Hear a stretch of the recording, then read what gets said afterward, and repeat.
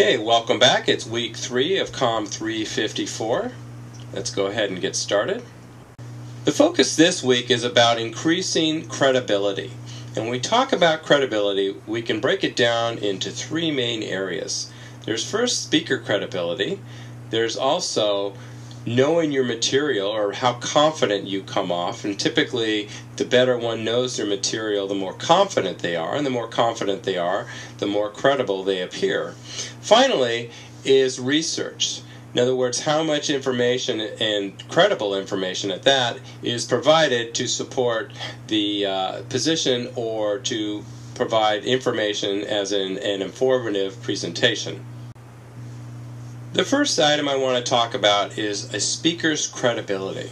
Really, the audience, or what you can do, is to ask yourself the question, why would we listen? In other words, why would the audience listen to me? And so you want to be able to identify some ideas, some ways that you can improve your credibility to make it more interesting and have the audience be more apt to listen to what you have to say. You first want to try to establish your credibility by listing any credentials you may have. Credentials may be that you work in the field, you've researched a topic extensively, you've had personal experiences with something. So any way you can identify and convey that to the audience that lists any credentials that help to support your credibility. In terms of the delivery, it's also important to establish a good, strong, professional appearance. So the way you dress certainly can have some impact on that. And also, finally, your delivery, the way you deliver the information. We talked earlier about confidence. So, of course, it's important to feel confident. It's important to have strong oral communication and delivery skills. So all of these combined really will help your credibility as a speaker, and to be able to deliver this information in a way that is more apt to be received strongly from your audience. Okay, another important component is to be able to know your material as well as you can. In other words, you really want to know your stuff. You want to know what you want to say essentially before you say it. So when you walk up there, you have the feeling or the sense that you don't even need the slideshow at all. However, with that said, when you use something like PowerPoint, you really want to consider it as a guide. Now, it is a guide for the audience. In other words, it's their roadmap of how they get from point A to point B, but it also can be your roadmap. In other words, it's sort of like your notes. And I say this because sometimes when people are speaking in front of an audience, oftentimes rather, they are not as confident, not as comfortable as they would like to be. So they need a way for them to get through the process. And of course, using the PowerPoint as a guide can certainly do this.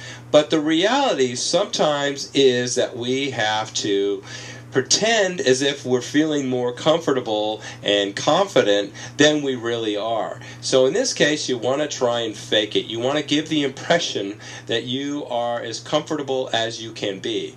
Because quite often, what is demonstrated is, or what is reality, is that people appear more confident than typically they feel inside. And it's important to know that and to understand that, and we'll talk about this a little bit more in week 4, but it's important to know this because really the audience is there and they want the speaker to succeed. And so unless you indicate that you're really nervous, you're uncomfortable, you're disorganized, oftentimes this is something the audience will never even notice, because really when it comes down to it, you, the speaker or the presenter, are considered the expert and somebody that ideally or in theory will know more about the topic than anybody else in the audience. So when you go in, you should be able to feel confident, but if you are not as confident or as comfortable as you would like, you also want to try and fake that. And we'll talk a little bit more about how you can feel more comfortable in front of a group in week 4. But just a sense of what is important and how you want to go about trying to, again, give this impression that you know your material as well as you can to ideally help your credibility, which is very important. Finally, I want to talk about research. Really, this goes such a long way in terms of establishing one's credibility, which is the research or lack of research that may be provided in a slideshow. First off, you want to know or try to ascertain how much research should I do. There's really no specific number or percentage, but if you think about the way someone writes a research paper, you want to have a nice blend between the amount of original commentary and sources that are used in the paper. So, for example, if you were doing a slideshow, the crux or the heart of the presentation really should be from the individual and what they have ascertained, what they have found out based on, again, a variety of things, the research, individual experiences, or what have you. But again, you want to be able to provide enough research to show that it's not just you originally speaking on this topic, but you are also providing materials that essentially support what you're trying to communicate. Whether it's an informative or a persuasive type presentation or speech, or even paper for that matter, you want to be able to provide enough credible information to, again, support your point or points. So the next thing is what kind of research should one do? Well, really there's sort of a hierarchy in terms of the type of research or resources that one may use. Typically at the top of the list is a peer-reviewed material, especially a journal, like a quarterly journal. They're held to very high standards, so if it is published, it is something that is on the surface considered very credible. If it's not peer-reviewed and it's a journal, it still can be credible, but maybe not quite as much. You also have other sources, of course, textbooks. You have periodicals like newspapers and things like that. Really, and it sort of goes down the list. And the bottom of the list is probably something like an individual website where it's just somebody posting their own content that really doesn't, isn't substantiated by anybody or peer-reviewed or anything like that. It has no measure of authenticity or credibility associated with it. Okay, so now you might wonder, how do you go about it? Well, there's different ways to do it. Again, it's a process, and it's important to know that research is a process. It's not a science. There's not a specific right or wrong way. Certainly, support is a good way to do it. So if you are able to get in contact with one of the NU research librarians, that's certainly a great way to go about it.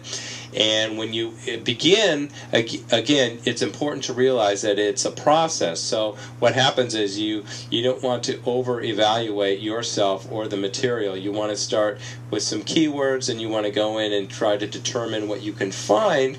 And it's really important also and helpful to look at, if you find something that you think is good, is find out at the bottom, say if it's a journal article, look at the sources they use. And typically you might find several other sources that you can use as well in your research. So that's always a good way to do it. So again, the best thing and the most important thing is to just get in there and start looking at different materials, look at the abstracts, get a brief synopsis, and then compile all the information, and then go back once you have a clear idea of what your thesis is. Because oftentimes what happens is someone has a thesis or a main point, and then after the research, the thesis may change. And again, that's part of the process, so don't feel as though something went wrong if that is the case. Certainly things like that can and do happen all the time, so it's important to keep that in mind.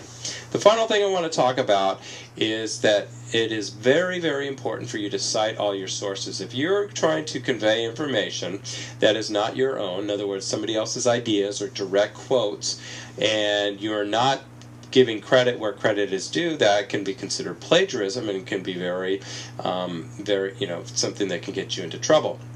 So be very careful if you are using a statistic, a quote, something like that, that you cite your sources. Again, at the end of the slideshow, you should have a reference or works cited slide. Now, this can be certainly for the persuasive where research is required, but if you're going to use any sort of research for an informative presentation, so presentation 2 in this case, it's also important. So you want to make sure that you, again, cite all your sources and document that not only on the slide, but at the last slide of the presentation, again, a works cited or references type slide, so it lists everything that you have included in your presentation.